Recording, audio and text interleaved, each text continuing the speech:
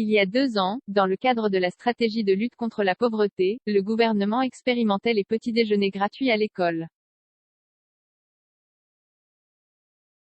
Cette mesure pour favoriser l'égalité des chances et lutter contre la précarité alimentaire vient d'être lancée dans 7 écoles toulousaines.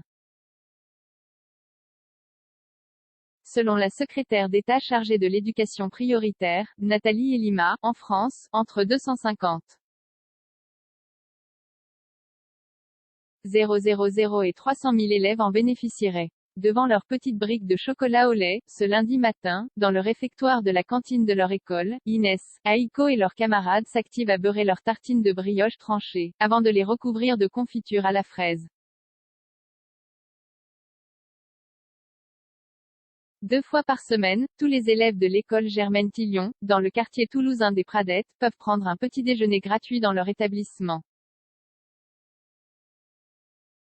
Mise en place par le gouvernement il y a 2 ans pour réduire les inégalités alimentaires, cette mesure est déployée dans 7 écoles de la ville rose depuis la rentrée. Une première expérimentation avait été mise en place il y a plusieurs mois, mais avait été freinée en raison de la crise sanitaire. Ça nous remplit le ventre, d'autant plus qu'on passe la plupart du temps en deuxième service à la cantine, expliquent en chœur les élèves de CM2, qui ne sont pas poussés à manger s'ils n'en ont pas envie. Si pour certains, c'est un encas, pour d'autres c'est l'occasion d'avoir un vrai petit déjeuner quand ils n'en ont pas à la maison.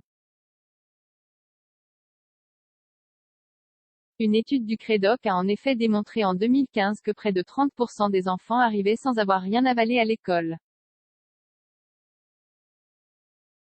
Pédagogie et égalité des chances. Certains parents m'ont dit que leurs enfants n'en prenaient pas, et on se rendait compte qu'ils avaient faim. Pendant leur prise de petit déjeuner, ils sont apaisés et ça leur permet de tenir jusqu'à 11h30. Cela nous permet de mener aussi un projet sur l'hygiène bucco-dentaire. Nous allions ainsi pédagogie et égalité des chances, assure Pascal Salek, enseignante de petite section. À ses côtés, 2 parents prêtent main forte pour installer les enfants ou encore écrire avec de la confiture la lettre de leur prénom sur leur brioche. Cela leur apprend à avoir un petit déjeuner équilibré et bon, se félicite une maman présente ce mercredi. Un témoignage partagé avec Nathalie Elima, la secrétaire d'État chargée de l'éducation prioritaire venue faire un point sur le redéploiement de ce dispositif au-delà des établissements en éducation prioritaire à la suite de la crise sanitaire. Nous avons triplé ce que nous avions fait en 2019, cela concerne entre 250 000 et 300 000 élèves. Nous avons aussi depuis augmenté la dotation financière de 30%, en passant de 1 € la prise en charge à 1,30 €. Ce qui est intéressant, c'est la souplesse de ce dispositif, sur la base du volontariat, qui peut être d'un petit déjeuner hebdomadaire ou tous les jours de la semaine, explique la représentante du gouvernement. En Haute-Garonne, d'autres communes ont ainsi décidé de se lancer, comme à Cadour ou encore à Muret.